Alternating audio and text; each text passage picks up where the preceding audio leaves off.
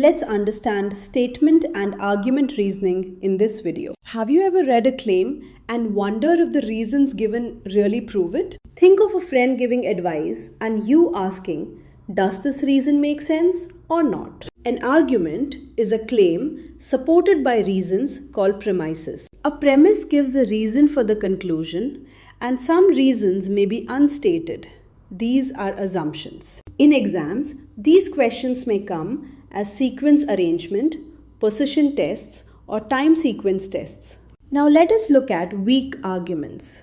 These fail to support the conclusion well. Ambiguous arguments are unclear about how they link to the conclusion, so they are weak. Superfluous arguments add facts that do not deepen the reason, and so they are weak. Irrelevant arguments do not address the main statement, and they are weak for that reason. Opinion-based arguments rely on personal belief without evidence, which makes them weak. Emotion-based arguments appeal to feelings instead of facts and are therefore weak. Strong arguments give good reasons that normally lead to the conclusion. Arguments based on established facts are strong because facts are widely accepted as true. Arguments that use past experience to predict results are strong when the experience is relevant. Arguments based on a prevailing notion of truth are strong if that notion is widely accepted and relevant. Here are 3 quick tips to solve these questions. Tip number 1. Read the statement carefully to find the main issue, then check each argument for relevance. Tip number 2. Accept arguments supported by facts, relevant experience, or widely held principles. Tip number 3. Reject arguments that are ambiguous, irrelevant, or lack evidence. Let us try some questions together to make this clear. Question number 1 asks, should teachers be permitted to cane unruly children? And the argument says, this will teach that physical violence is acceptable. To solve, first identify the claim. It says, caning teaches violence is acceptable, which directly responds to the statement. Next, check if the reason connects to the outcome.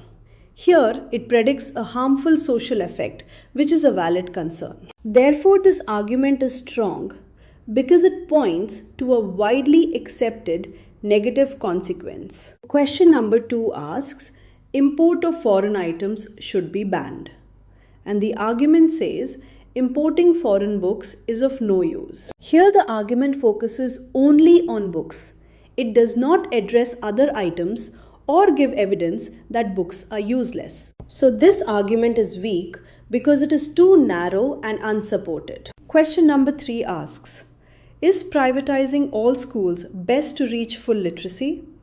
And the argument says, education will become unaffordable for poor people. The argument links privatization to higher cost and notes that the poor have low literacy, so the claim follows logically. Thus, the argument is strong because it shows privatization can work against increasing literacy for the poor. Question number 4 asks, should India declare itself a Hindu country?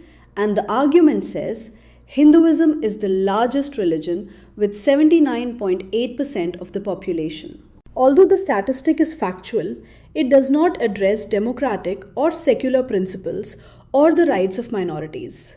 So it does not prove the claim. Hence, the argument is weak because the fact alone does not justify the change proposed. Question number 5 asks, should self-defense be made compulsory for girl students? And the argument says, rising assault cases make self-defense essential for safety. This argument links a real problem to a practical solution. It uses verifiable trends and a direct benefit. So the argument is strong because it logically supports the statement with relevant evidence. So what do we learn from this? We learn to check if a reason is relevant, supported by fact or experience, and if it truly leads to the conclusion. Let us quickly remember, identify the claim, test each reason for relevance, and accept only clear supported arguments. So today we learned the difference between weak and strong arguments and how to judge each example step by step. Keep practicing these steps with more questions and you will get faster and more confident. Thank you for listening, and do explore more practice and explanations on EduRev to strengthen your reasoning skills.